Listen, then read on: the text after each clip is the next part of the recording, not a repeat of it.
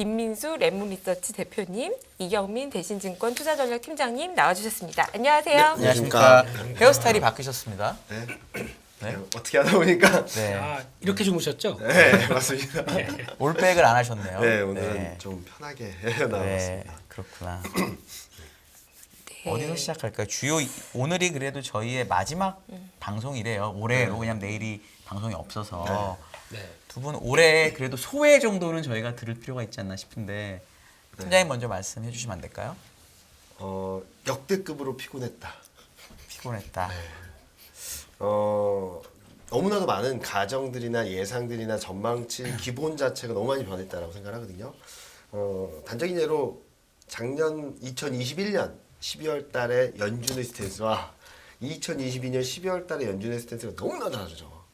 2021년 12월만 하더라도 22년에 한 번, 두 번 금리 인상할까라고 했던 게 지금은 5% 간다고 하고 있으니까요. 그래서 금융시장의 변동폭도 굉장히 컸고 변동성도 굉장히 컸는데 요약해서 말하면 금리하고 달러에 너무나도 민감하게 반응을 한 해였다라고 생각하거든요. 미국 10년물 채권금리랑 MSCI 그 지수랑 보면은 상관관계가 마이너스 0.87 정도 돼요. 그리고 달러하고 MSCI 글로벌 지수로 보면은 마이너스 0.92. 네. 그런 흐름들이 너무나도 반복되다 보니까 펀더멘탈이 가장 중요하다라고 많이 말씀드리곤 있지만 올 한 해는 펀더멘탈보다 물가, 통화정책 이 이슈에 너무 다 일희일비하지 않았나. 근데 그 레벨 자체가 너무 높아지다 보니까 시장이 계속적으로 밀리는 흐름들이 보일 수밖에 없었다라고 생각하고 있습니다. 그렇죠. 대표님 혹시 올해 회상, 네? 회고, 소회, 소해요? 감상평 뭐 모두 좋습니다. 예. 올해는 소해해가 아닙니다. 아 어떻게 반응해야 될지 제가 지금 막 순간 당황했어요 제가. 그냥 지금. 미친 것 같아요. 네. 네, 이런 장 한번 겪고 나면은 네. 정신 혼 쏙 빼놓고 올해는 좀 드립이 많이 늘었다. 제정신으로 볼 수가 없겠다. 이러다 보니까 그런 것 같고요. 올해도 개인적으로 그랬습니다. 그냥 또 다시 가슴 속에 생긴 건 생존. 네. 이게 또 중요한 화두였다고 생각하고 있고요. 이게 저희가 이제 하락장에서도 그렇고 이 횡보장에서도 그렇고 이거 되게 중요하더라고요. 그러니까 올해 같은 경우 일단 매매가 거의 그랬거든요. 이제 이런 섹터 좋아 보인다. 삽니다. 어지없이 한 일주일도 못 가서 또 꺾입니다. 그러면 계좌가 마이너스 나죠. 그러면 해야 될 거는 이걸 방어하기 위해서 어떻게 해야 될 것인가라는 생각이 이제 먼저 듭니다. 그러면 이걸 방어하기 위해서는 내가 할 수 있는 거는 나머지 현금 자원을 가용을 해서 치고받고 해서 이거 하락하는 걸 만회합니다.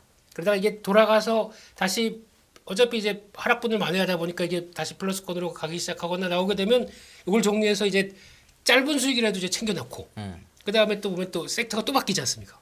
그럼 거기 가서 또 그거 가지고 대응하면서 하는데 또 물리고 그러면 또 반대로 그러니까 좋은 얘기는 단타, 안 좋은 얘기는 짤짤이. 네. 이걸 통해서 확보해서 또 방어해놓고 네. 하려다 보니까 한 해가 그냥 간대요.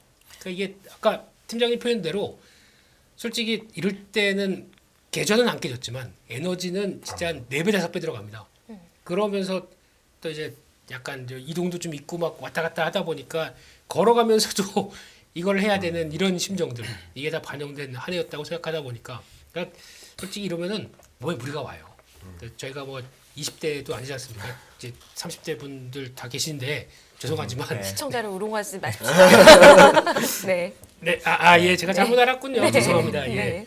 네, 좀 무리가 오는 것 같더라고요. 네. 그래서 그런 것도 이제 앞으로 매매도 그렇고 시장도 신경 쓰고 하기 위해서는 체력 좀 길러야겠다. 네. 거의 저질 체력에 이제 깔딱깔딱하는 것도 느껴지고 하다 보니까 또 공무원으로서 임무를 다하기 위해서는 매일 뵙기 위해서는 또 네. 많이 챙겨야겠다. 그래서 시청자 여러분께서도 몸 일단 내년도 우리 팀장님 표현대로 보게 되면 좋아질 날이 옵니다.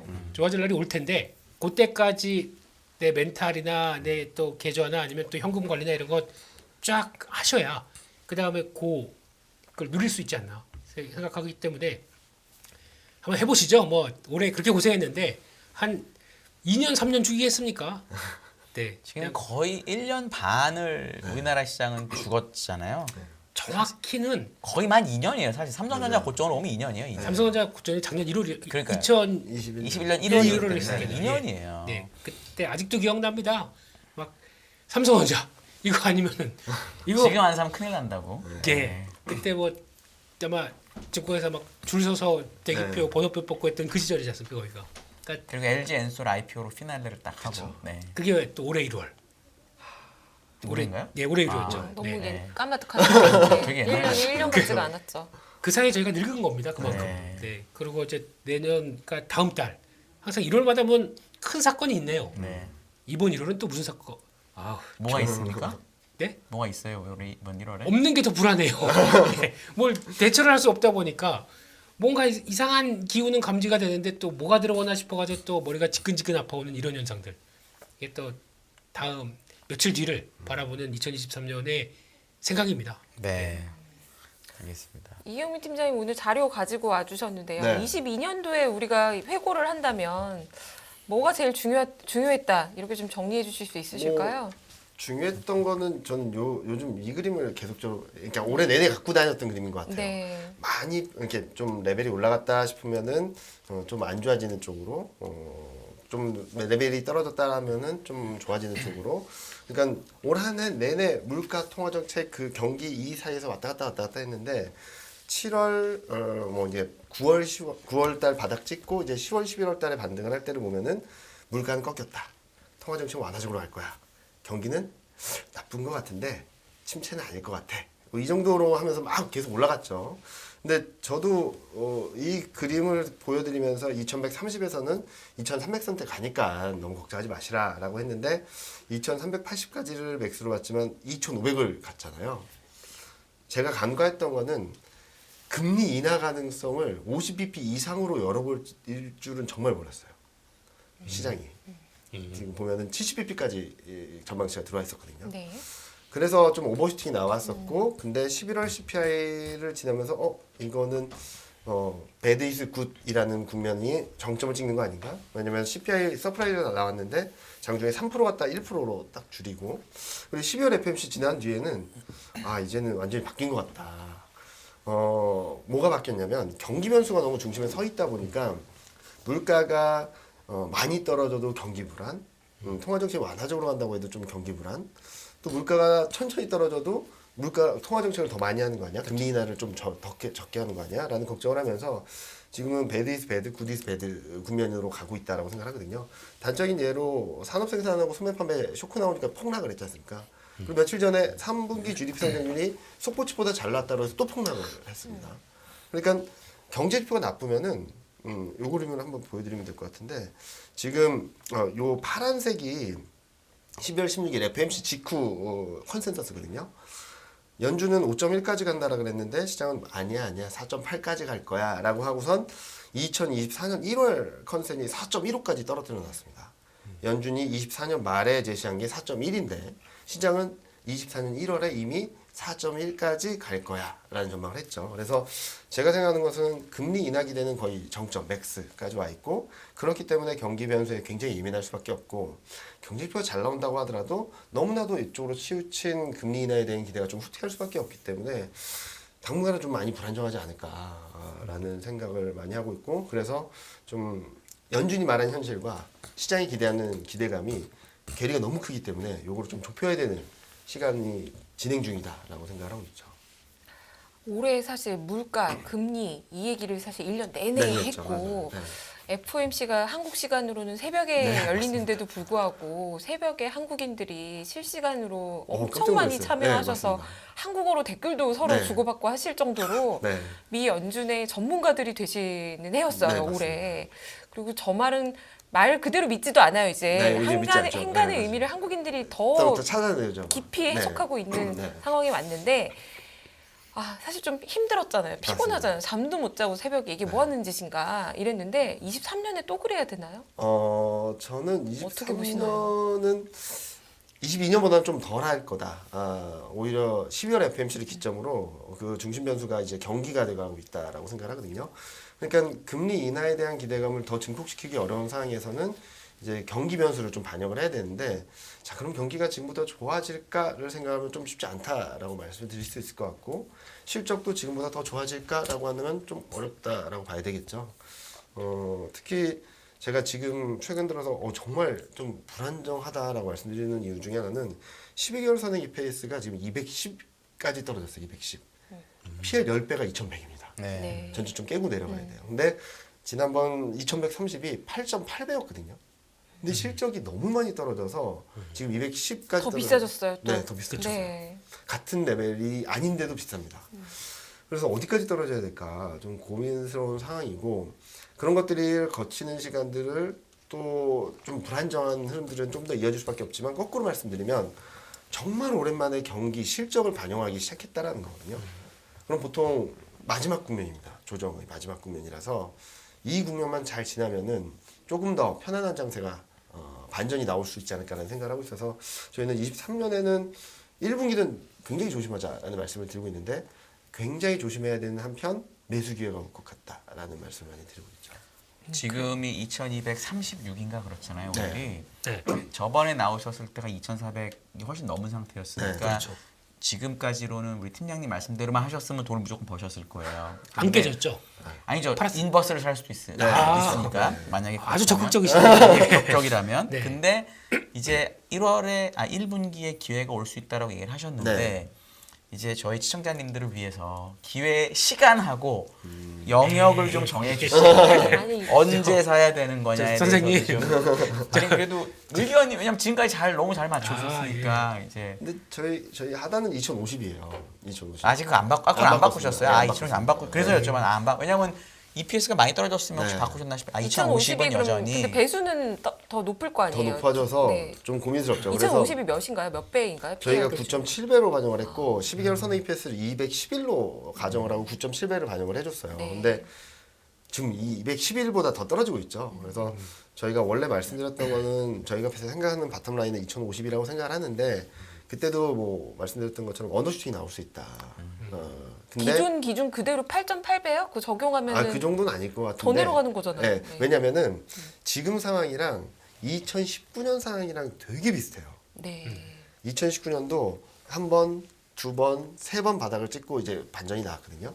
근데 한 번 처음 찍었던 바닥이 8배 초반이었고요. 두 번째 찍었던 게 지수는 낮아졌는데 밸류에이션 8.8배 정도였고요.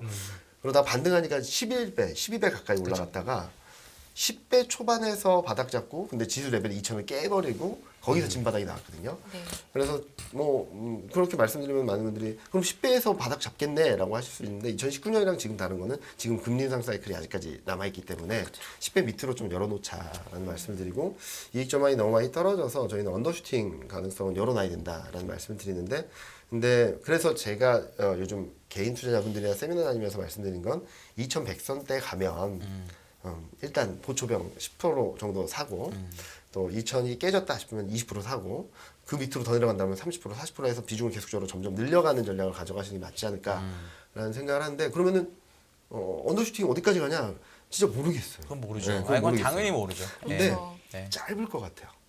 길지 않을 것 같아요. 코로나 때도 저는 그런 언더슈팅을 거의 못 봐가지고 저도 1500 깨졌을 때 거의 멘탈이 나가 있었거든요.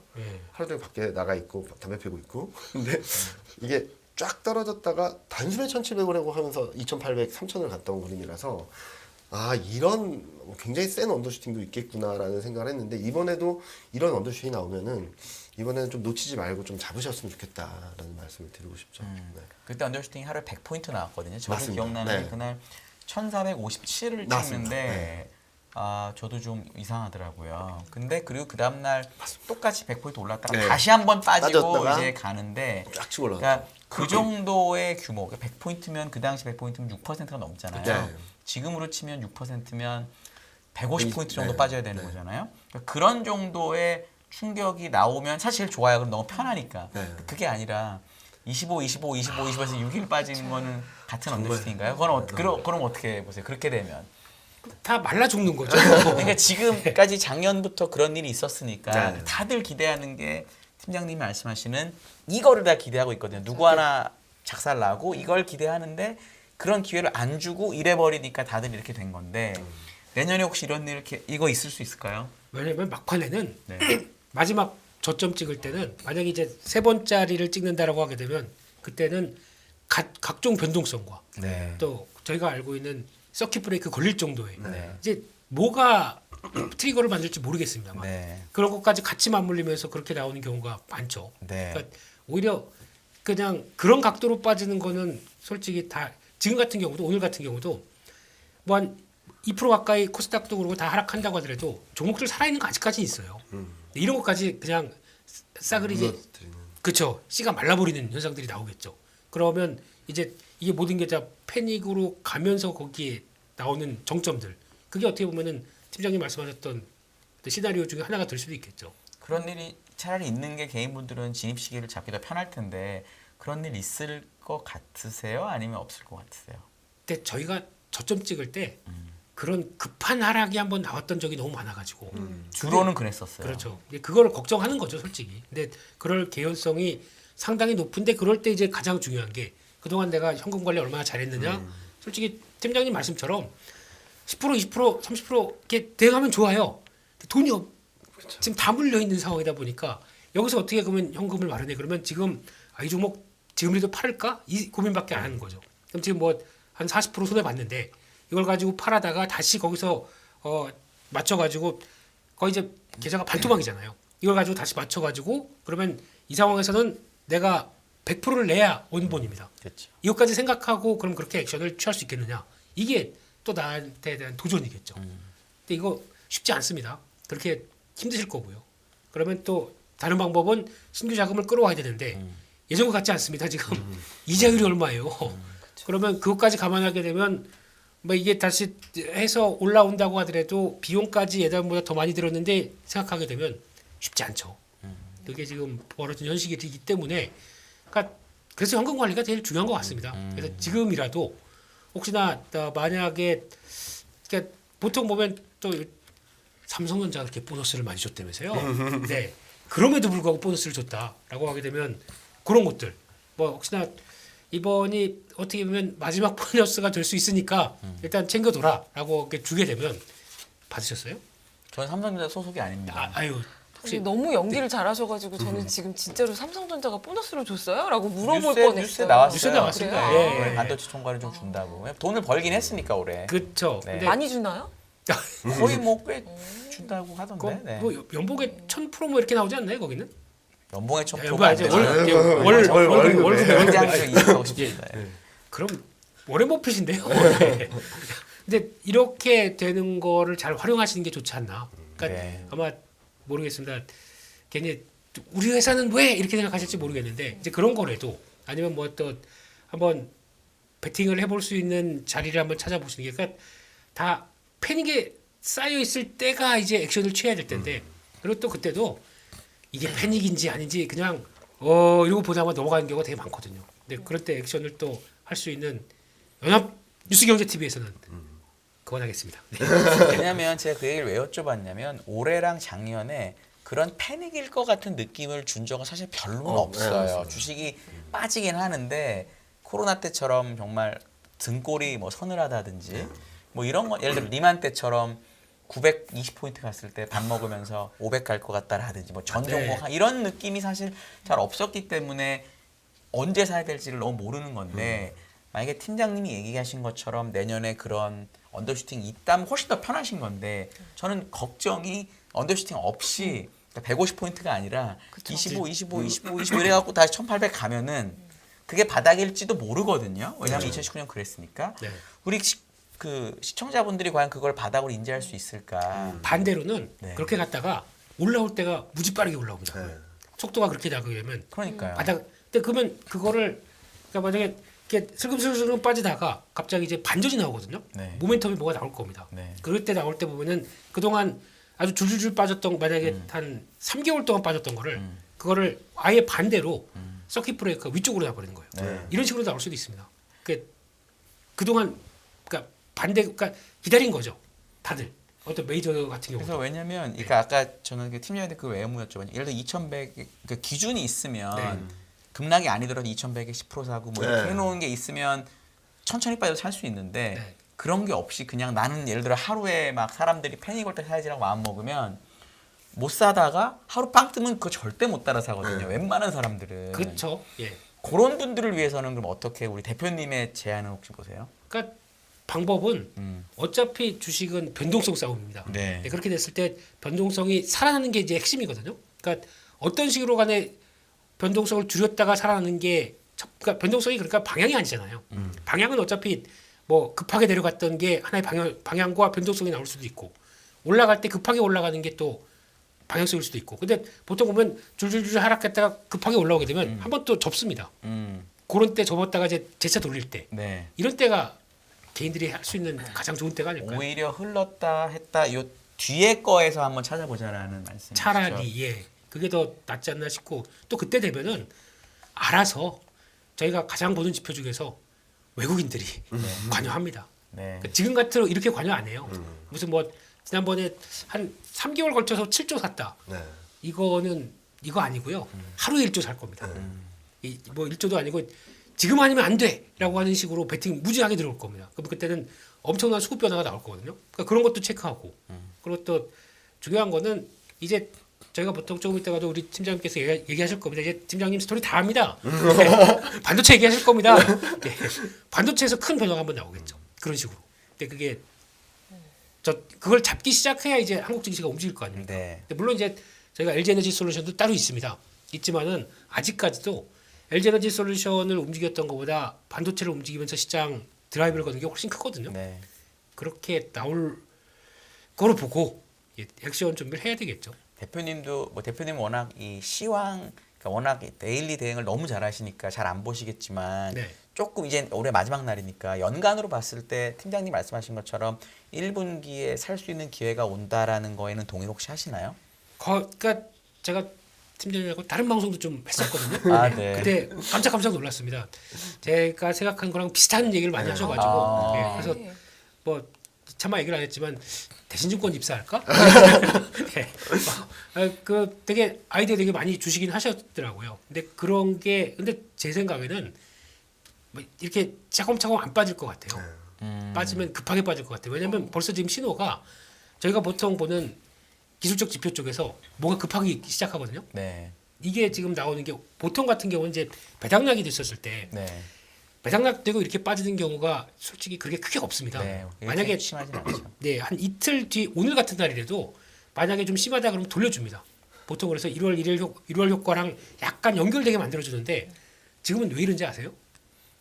제가 느끼기에는 개인들이 양도세 관련된 쪽에서 매도를 하고 안 사요. 네. 그만큼은 안 사요. 근데 외국 개인 순매수가 많이 잡히는 건 그냥 받쳐놓고 산 거다. 그렇죠. 그러니까 왜냐면 누가 팔았으니까. 그런 분들이 그러니까 어차피 양도세 낼 정도로 좀 큰 영향력 네. 제가 이게 구찌라 이런 건 좀 그러네. 그런 계신 분들이 그 영향을 끼쳤던 게 이분들마저도 관망하는 거죠 지금. 그러다 보니까 만약에 그렇게 됐으면 나 다시 채워놔야지가 아니라 다시 좀 천천히 채워놔야지 이렇게 나오는 것 같습니다.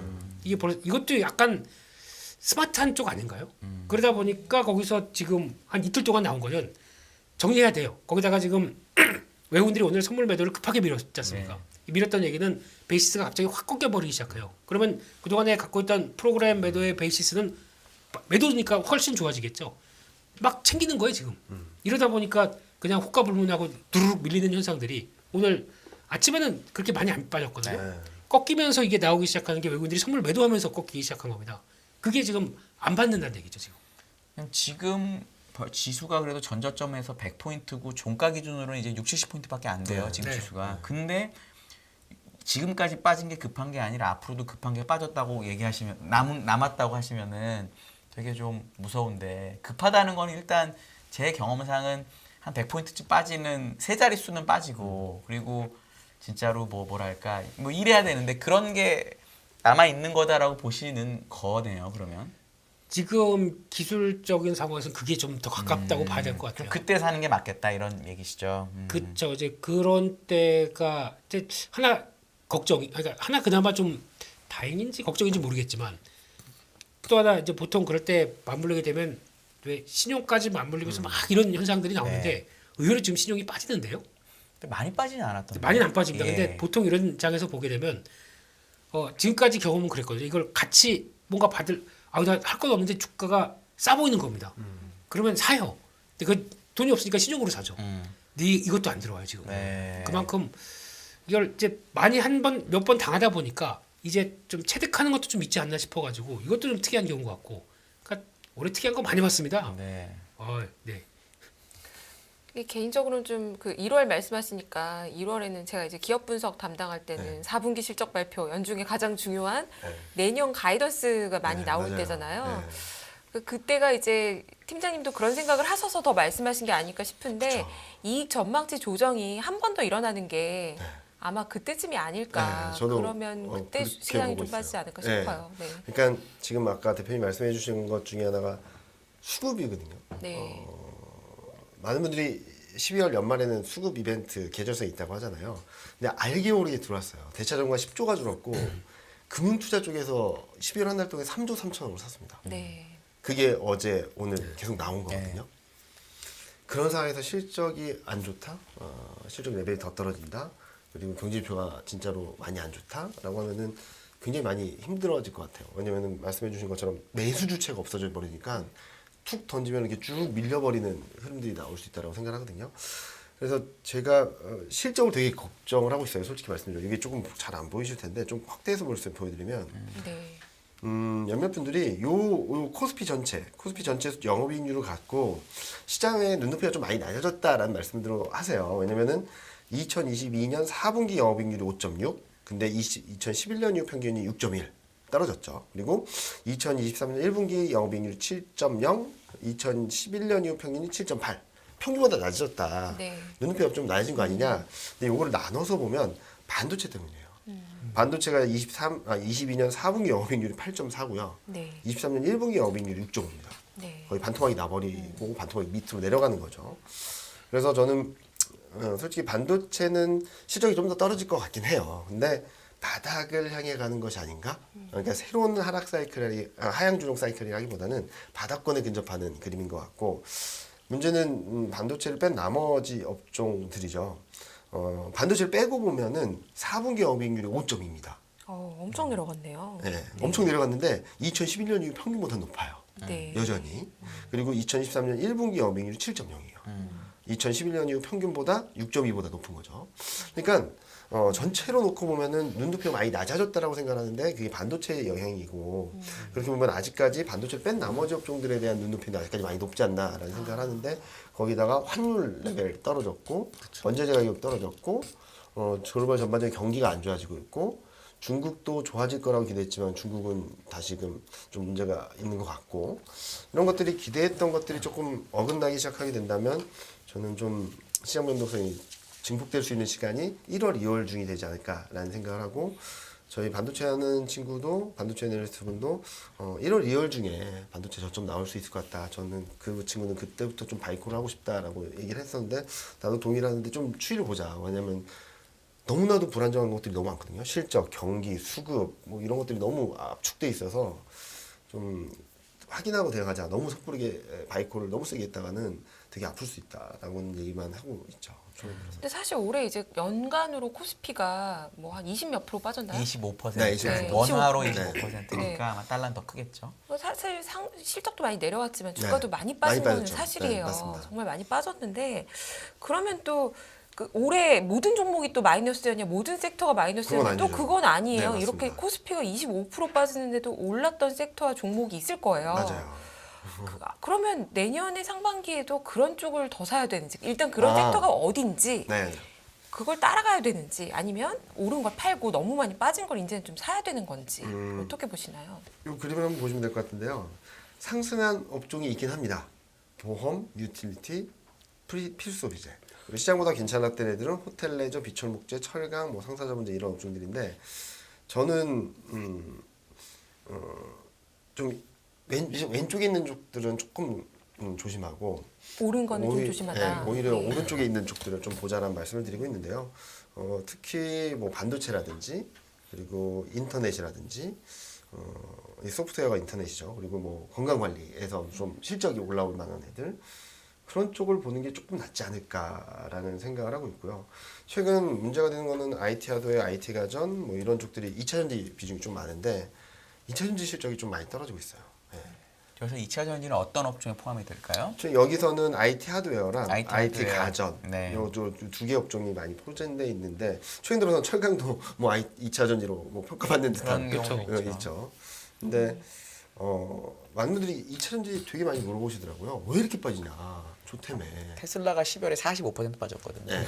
한 그것도 번에. 그런데 그래서 좀 다른 걸 보여드리면 저 이거 깜짝 놀랐던 것 중에 하나가 이게 한국 수출이거든요.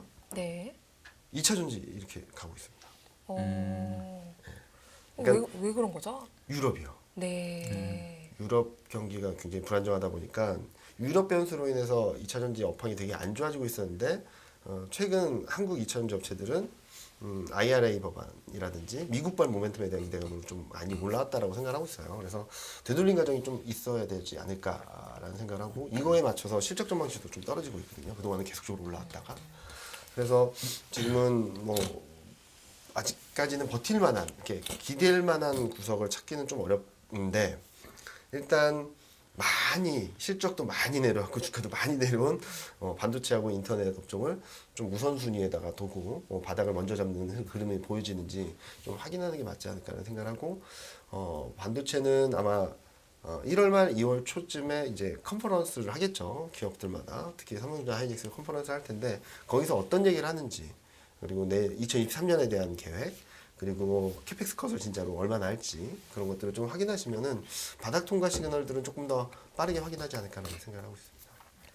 2차 전지 말씀을 얼핏 하시니까요. 내년 1월에 그 LG 에너지솔루션 보호예수 해제가 그렇죠. 또 있죠. 1월 이벤트가 아까 없다고 김민 대표님 말씀하셨는데 작년에 이벤트가 그거 상장이었던 걸 생각하면은 1월에 어떻게 될까요? 1월 그게- 말쯤인가요? 네. 그게 이벤트인가요? 네. 그렇게 볼 아니 수- 하필 지금 2차 전지가 지금 안 좋아지고 있으니까요. 이게 지수상으로도 상위 종목들이 사실 반도체는 많이 조정이 돼 있고 네, 이미 맞습니다. 실적 전망치도 네, 내려가 있는데 내려와 있고. 2차 전지가 그래도 좀 크게 그렇죠. LG 솔루션이 있어서요. 저게 여러 가지가 다 복합된 것 같아요. 이제 네. 물론 유럽이 꺾이다 보니까 수출이 안 나왔던 거 맞는데 이제 단기적으로 이제 수출 증가율이다 보니까 그런 측면 그렇죠. 쪽에서 네. 거기다가 이제 보통 이제 실적을 볼 때 보면 P하고 Q가 곱해지지 네. 않습니까? 근데 Q에서 이제 생각했던 것보다 지금 바라보고 있는 건 미국인데 지금 현상에서 나오는 거는 유럽이 위축되다 보니까 유럽은 이제 아예 벤츠도 적극적으로 안 한대요. 전기차 이거 뭐 화석연료가 더 싼데 뭐 이렇게 나오다 보니까 그러다 보니까 이제 전환이 되기 시작하면서 나오는데 근데 거기다가 이제 침투율도 좀 많이는 아니지만 어느 정도 올라오다 보니까 이제 고민에 빠지기 시작한 것 같거든요. 그런 상황인 것 같은데 중요한 건 이런 현상들이 똑같이 미국에서도 나올 것이냐. 근데 미국은 아니거든요. 그러니까 이게 결국에는 아마 지금 기업가 이제 수출 증가율 자체적으로 저렇게 변화가 나온다고 하더라도 2차 전지 업체 입장 쪽으로 보게 되면 지금은 이제 계속 투자를 하는 과정 중에서 나오지 않는 부분들이 현실화될 부분들이 이제 미국에서 나오는 QE 확대가 나오기 시작한다라고 하게 되면 제가 보기에는 저건 바뀔 것 같아요. 그렇기 때문에 그때는 이제 지금은 거기다가 밸류 싸움까지 같이 나오다 보니까 지금 주가가 더 휘청 있는 거죠. 근데 정점은 제가 보기엔 앞서 말씀하셨듯이 그거 그 한 3%라면서요 물량이. 몇 번 정확하게 모르겠어요. 네. 네. 1월 29일인가 이때 나오는 대기하다 보니까 그러면 물량 나오겠지 뭐 그러면서 이제 공매도부터 또 총출동하는 거죠. 그게 지금 나오는 현상인 것 같은데 그때 가만히 보게 되면 혹시 우리 사주 있으십니까? 저는 아, 없습니다. 아 예. 저도 없습니다. 솔직히 그런 게 있지 않습니까? 물론 이게 제조업체와 금융 쪽과 좀 다를 수는 있다고 하더라도 이제 은근히 물어보죠. 팔았어? 이런 거. 네. 근데 저 그냥 팔았습니다라고 하게 되면 기류가 땡땡하게 바뀝니다.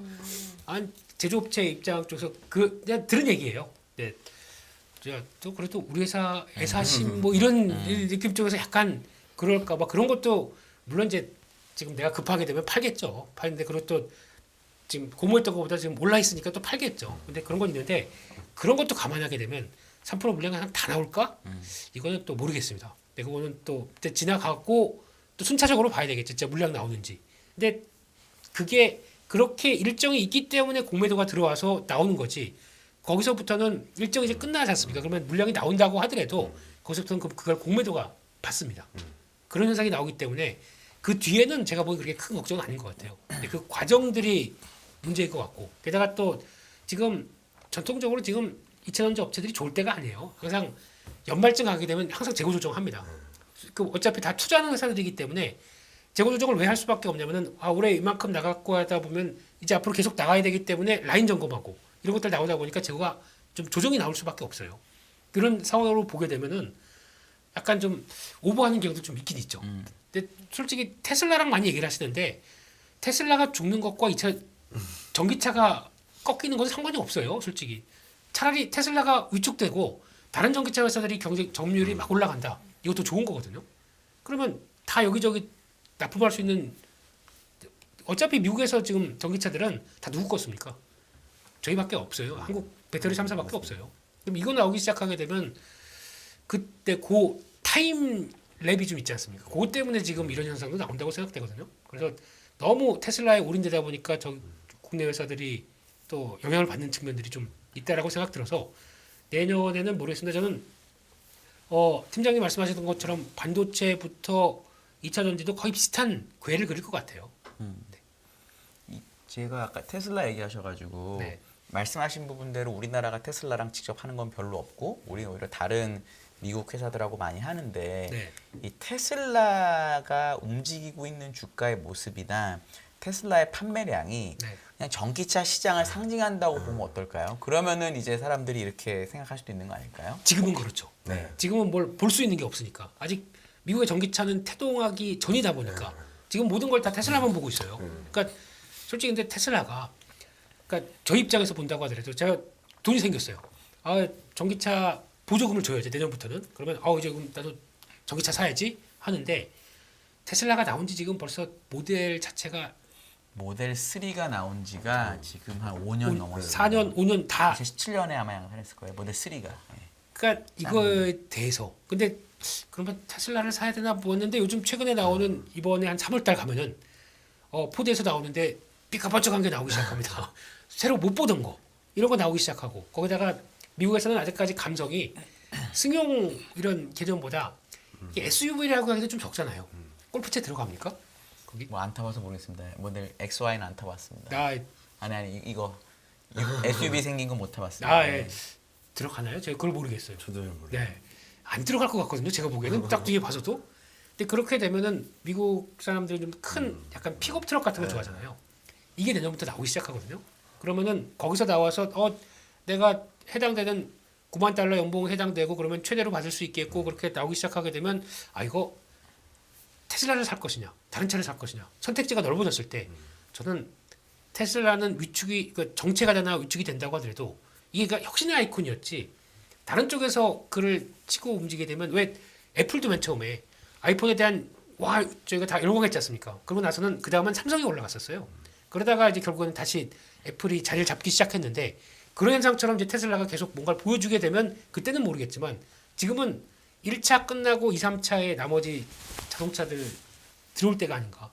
그러면 근데 대표님 말씀하신 부분에서 이제 네. 저는 약간 물음표가 있는 부분이 네. 테슬라 판매량이 조금 이제 성장률이 좀 예상보다 못하더라도 그럼 그것만큼을 다른 전기차를 빨리빨리 사주면 시장 자체가 이 테마가 살아있다. 우리 장기 성장 테마가 살아있다. 이렇게 볼 수 있지만 네. 지금 전기차고 뭐고 간에 자동차 판매량에 대한 맞아요. 걱정을 그건 하기 그렇죠. 시작했잖아요. 네. 뭐 주문했는데 생각보다 빨리 가져가라 그래서 지금 당황하시는 분들도 네, 생긴다는데 그러면 조금 더 주의해야 되는 거 아닌가요? 그러니까 내구재에 대한 현상을 지금 어떻게 생각할 것이냐 이게 문제인데 네. 고민을 해왔어요. 미국이라는 나라가 자동차 없이 살 수 있는 나라냐 생각해 보게 되면 이게 내구재가 아니라 필수 소비재 성격까지도 연결될 수 있습니다. 비용이 들어간다고 하더라도 나 이거 없으면은 출근도 못 하고 어디 이동도 못 하고 애들 학교도 못 데려다주고 이렇게 되게 되면 미국에는 보통 자동차가 2대, 3대 뭐 이렇게 있지 않습니까? 그럼 이것도 한번 고민을 해봐야 될 생각인 것 같거든요. 그래서 이왕 사야 될 거 아니면 이제 수요를 맞춰서 할 수요가 있는데 거기서 나오는 거를 그냥 보조금까지 나오고 받게 되면은 오히려 이걸 더 이용하는 게 맞지 않나라는 생각 쪽에서 저는 내구재 쪽에 대한 성격보다는 그거만큼의 그렇게 위축되는 상황은 안 나올 것 같아서 우리나라는 좀 걱정이 되지만 네. 네. 오늘 1위 종목 업종이 오늘 얘기를 좀 해야 될 건 시간 벌써 40분이라서 게임주가 오늘 되게 많이 올랐고 넷마블이 17%나 올랐는데 저는 어제는 네이버 카카오가 좀 오르고 네. 이거를 그냥 수급이 비어서 사람들이 산 건지 아니면 팀장님이 아까 얘기하신 그 업종 수익률 있잖아요. 안 좋은 애들을 살려는 움직임인지 어느 쪽으로 팀장님 보시나요? 전 마지막에 수익률 갭을 좀 메우려는 움직임들이 좀 있지 않았나라는 생각을 하기도 하고 또 하나는 좀 비어있는 종목들 그리고 어떻게 보면은 기관이나 이런 쪽에서 프로그램 매매의 영향력을 좀 덜 받는 종목들이 아니었나라는 생각을 해가지고 근데 저희도 게임에 대해서는 그렇게 이렇게 아직까지는 선호도가 높진 않은 것 같아요. 그래서 좀 일시적인 반등일 수도 있겠지만 또 다른 생각을 한다면 어떻게 본다면 좀 전조 현상일 수도 있지 않을까? 왜냐면은 오늘 뭐 특별하게 오를 뭐 이유가 이유가 없었어요. 도저히 네. 못 찾겠네요, 못 찾겠어요. 저는. 네. 저도 금리도 올랐고 네. 다 올랐는데 외국 매도하고 기업 매도하고 그래서 개인 투자자들의 비중이 조금 있었던 종목들이 좀 튄 것이 아닌가라는 생각을 정도 하고 있고 다만 한때 삼성전자랑 이런 반도체 업종들도 왜 오르지? 하다가 막 오른 적도 있었고 그렇기 때문에 좀 눈여겨봐야 될 것 같긴 해요. 시장이 이렇게 막 무너지는 상황에서 차별적으로 움직였던 애들을 좀 리스트업 해놓고 수급이 어떻게 뒷받침되는지 좀 지켜보시면은 남들보다는 조금 더 앞서서 시장의 변화를 좀 읽을 수 있지 않을까라는 생각을 하는데 아직까지는 저는 단기적인 트레이딩, 움직임에 불과하다. 네, 대표님 혹시 게임 좋아하시지만 그래도 혹시 오늘의 움직임 어땠나? 근데 넷마블이 왜 16%는 저조해 모르겠어요. 모르겠어요, 저는 진짜. 솔직히 네. 넷마블만 오른 겁니다 오늘.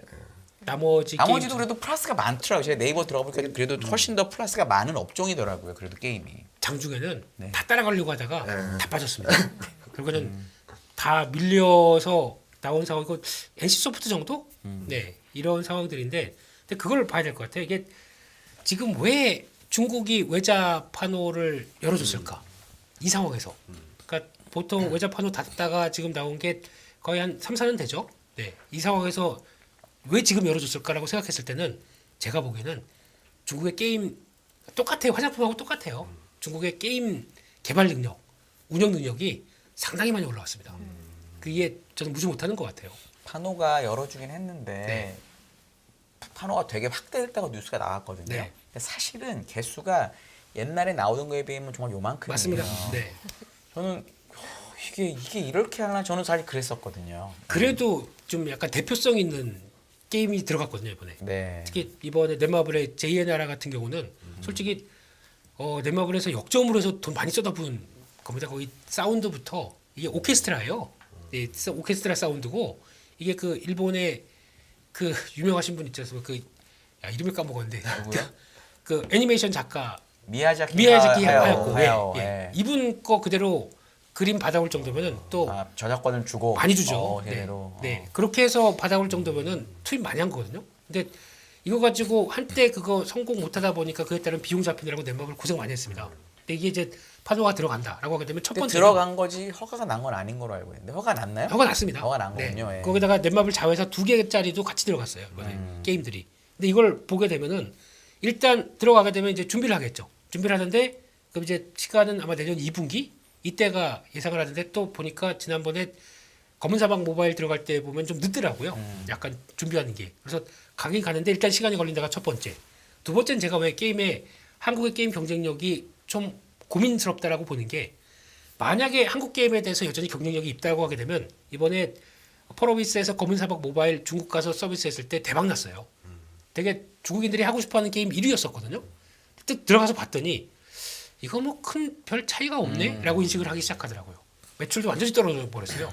그러면은 이런 시스템을 가지고 움직이는 한국 게임의 RPG 게임들이 거기서 그렇게 되면 아니 그러면 꼭 이걸 해야 돼? 하면서 바라보고 있는 미야호라는 회사에서 나오는 원신이라는 게임이 있습니다. 이게 돈도 엄청 붓고 업데이트도 엄청 하고 이게 약간 RPG의 대세로 지금 바뀌어가는 쪽으로 나오기 시작해요. 좀 중국 쪽에서는 이럴 정도로다 보니까 우리나라 사람들도 많이 하거든요. 이렇게 바뀌는 과정 쪽에서 보면 어떤 생각이 드냐면 좀 막아놨더니 그 사이에 우리가 많이 컸구나.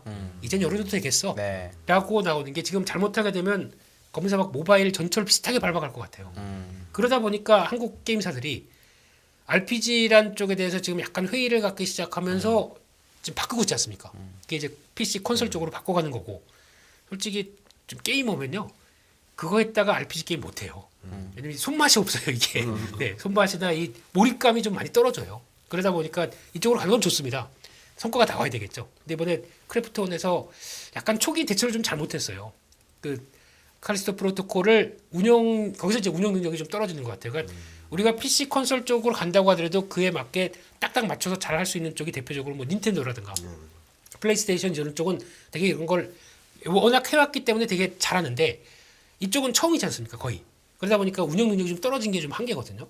그래서 결론적으로 보게 되면 저는 예전만큼 좀 아닌 것 같은 느낌이 드는 게 또 이번에 NC소프트가 이번에 나온 TL이라고 스로는 리버티라고 모릅니다. 네, 그 네. 리니지 네. 다음에 역작이라고 지금 하면서 우리 특진이 형 또 검은색으로 이렇게 흑백으로 나와가지고 막 얘기하고 있더라고요. 근데 거기서도 이게 이제 리니지 시스템을 바꾸겠다고 얘기를 하면서 나온 작품입니다. 그게 내년 빠르면 3월, 6월 요때쯤 나올 텐데 이게 성공하게 되면 또 바뀔 거예요. 그렇겠죠. 분위기가. 그러면 NC소프트의 제2의 변화가 나올 수도 있는데 근데 아직까지 지금 그래서 제가 이거저거 찾아보다 보니까 한 70%는 회의적, 30%만 기대하더라고요. 그래서 오히려 그런 걸 또 봐야 되는 거 아니에요? 보고 기대가 있습니다. 없으니까 네. 조금만 잘해도 확 오를 거 아니에요. 그래서 네. 부분이 있습니다. 그래서 이게 만약에 변혁을 시키는 거면 저는 그때부터가 게임즈의 중요한 변화가 되지 않나. 그래서 이거 또 대작이고요. 그리고 또 NC소프트에서 뭘 바꿔보겠다라고 나온 것 중에 지금까지 뭐 리니지 W 이런 거 막 무슨 글로벌이라고 그러는데 한국, 대만, 일본만 들어와서 이게 무슨 글로벌입니까? 그러니까 이런 것도 그렇게 썩 성과를 못 바꾸게 됐다면 이게 이제 좀 변화가 되는 시발점이 아닐까. 욕 아닙니다. 예, 이렇게 된다고 생각됩니다. 그러니까 오늘 대표님도 오늘 게임 오른 거는 그냥 오른 거 정도로만 보시는 거네요. 넷마블만 올랐다. 그러니까 뭐 특별히 무슨 뭐 이슈가 있었다라기보다는 네. 이 정도 아까 그 파노 정도로 오른 거다라고만 보시는 거죠. 나머지까지 못 땡길 정도였다 보시는 거죠. 그런 느낌이 듭니다. 네.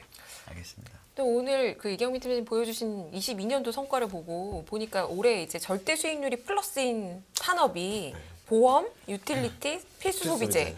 어떻게 보면 좀 재미없게 보는 산업들이 맞습니다. 그나마 절대 수익률이 플러스를 네. 기록을 한 거예요. 네. 근데 아까 얼핏 말씀하시면서 이쪽은 좀 피하셔라 네. 이러셨는데 특별히 더 피해야 할까요? 아니요, 그러니까 지금 시장이 불안정할 때는 이 업종들이 계속 좀 움직일 것 같아요. 네. 좀 버텨주고. 네. 그런데 이제 시장이 바닥을 통과했다라고 생각을 할 때는 첫 번째로 싼 애들을 찾겠죠. 무엇보다도 먼저 싼 애들을 찾고 싼 애들이 먼저 올라온 다음에 이제 실적이 따라오나라고 생각하면서 움직일 것 같아서 지금 1월, 2월까지는 이쪽을 봐야 되겠죠. 뭐 필수소비재라든지 이런 쪽. 특히 전 필수소비재는 괜찮을 것 같아요. 왜냐면은 최근 곡물 가격도 많이 떨어졌고 제품 가격이 이미 올라와서.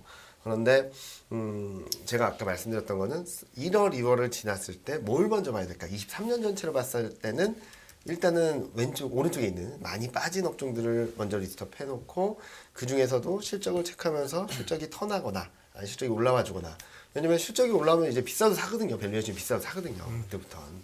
그때가 진짜로 올라오는 과정이라서 그런 것들을 좀 더 하나씩 압축해 나가시면 좋지 않을까라는 생각을 하고 있습니다. 지금 1, 2월에 장 빠질 땐 필소비재가 좋다고 얘기를 하시긴 하셨는데 만약에 지금 이제 인플레이션을 등에 업고 수많은 필소비재 기업들이 가격을 많이 올렸잖아요. 네.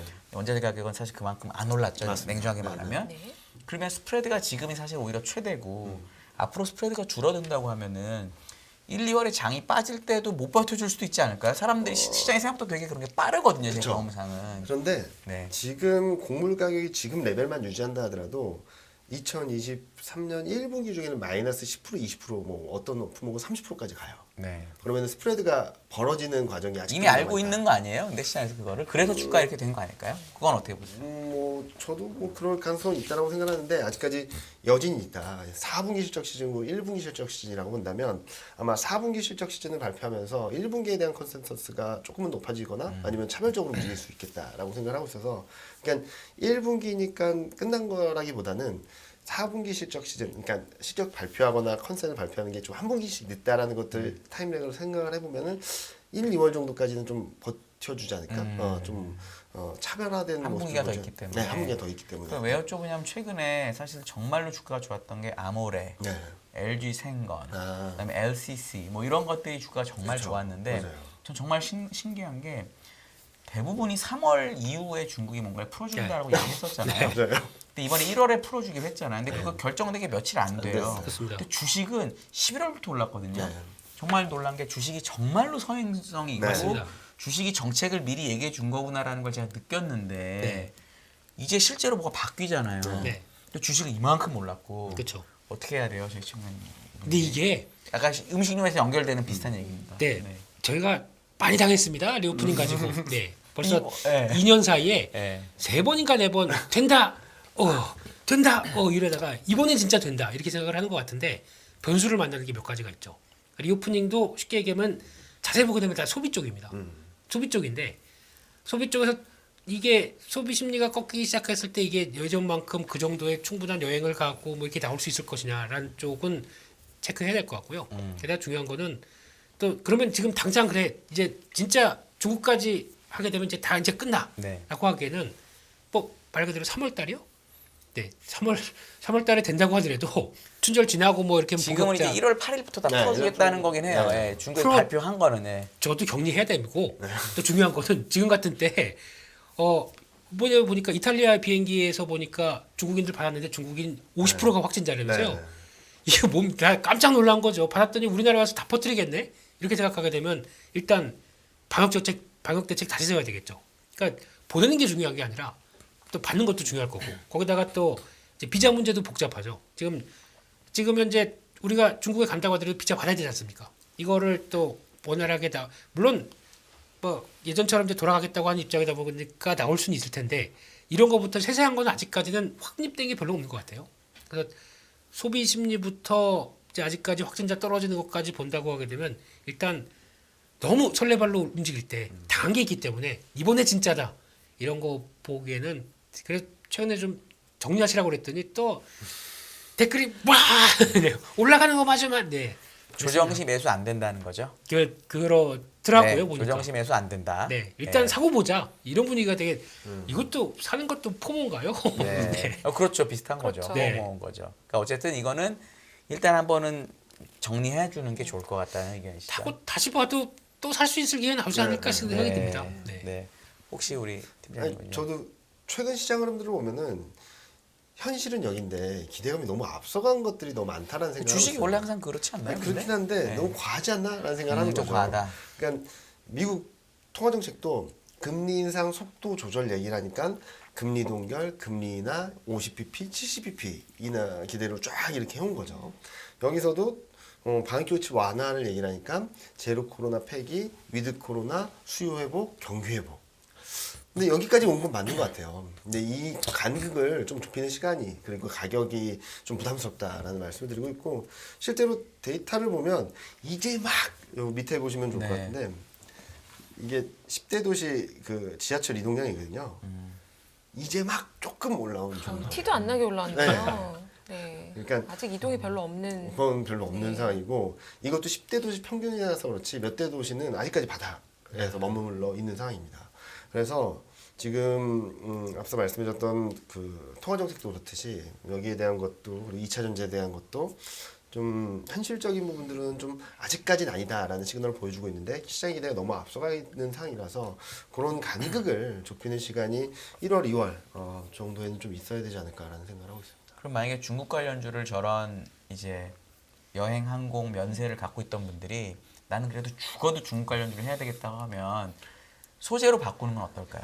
철강화학으로. 네. 옛날 전통 제 10년 전에 배울 때 중국하면 철강화학 이랬던 경험이 있거든요. 그게 어떻게 보면 진정한 중국 옛날에는 리오프닝주 무조건 아닌가요? 그랬죠. 네. 옛날엔 그래도 지금 이제 분위기가 좀 바뀐 건데 15년 네. 이후에 그런 의견 혹시 어떻게 생각하세요? 그쪽을 저는 더 생각을 합니다. 차라리 그쪽을 안 하는 게 더 생각하는데 나은데 만약에 한다면 그렇다면 네, 안 하는 게 나아요? 이걸로 가는 게 나아요? 아예. 저 지금 중국 관련. 어차피 소비 쪽은 네. 움직일 때가 있을 거예요. 그러니까 저희가 보통 보면은 지금 기대감 때문에 막 움직이는 거 말고 진성으로 갈 때는 지표 나오면서 움직이는 게 제일 네. 좋지 않습니까? 그러면 제일 처음은 관광 통계 나올 겁니다. 이거 보면서 체크하는 게 제일 중요할 것 같고 물론 늦겠죠. 뭐 지금 보니까 중국인들이 가장 가고 싶어 우리나라에 뭐 800% 늘었다면서요. 근데 한 개 예약했다가 8개면은 그럼요. 800%입니다. 네, 그 800%가 중요한 게 아니고 절대적인 양이 중요한 거거든요. 근데 그런 기사 자극적인 거 가지고 너무 쏠리지 마시고요.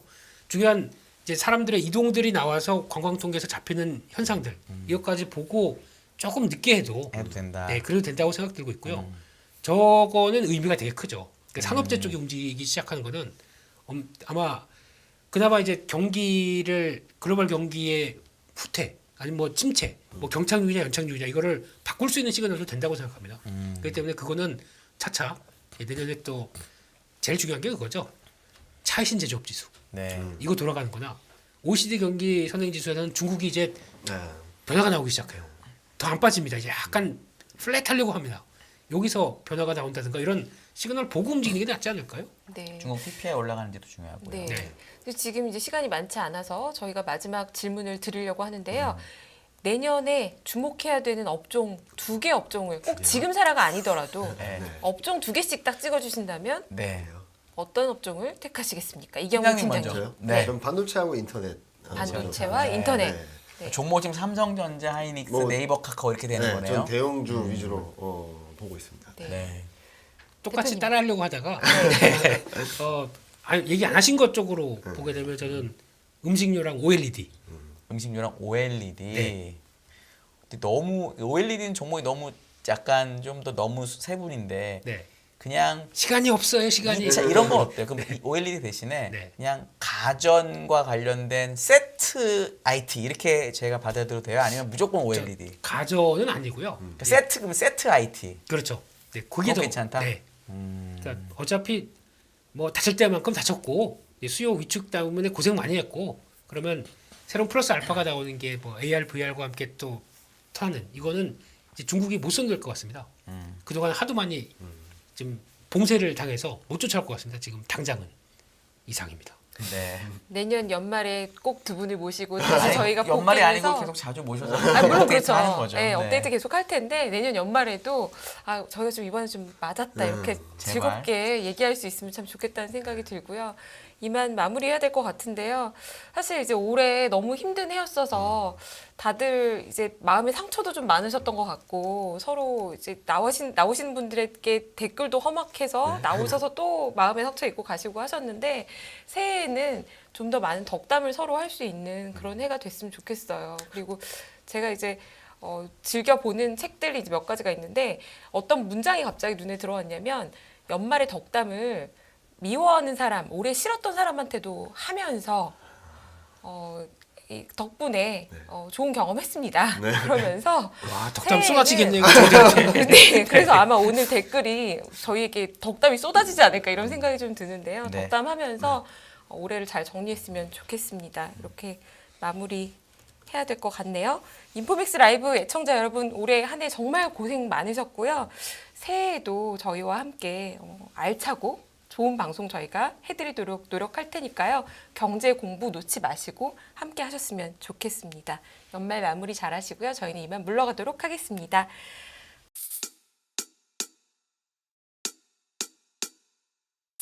지금은 현명한 지혜가 필요한 시점입니다. 딱 10분만 투자하세요.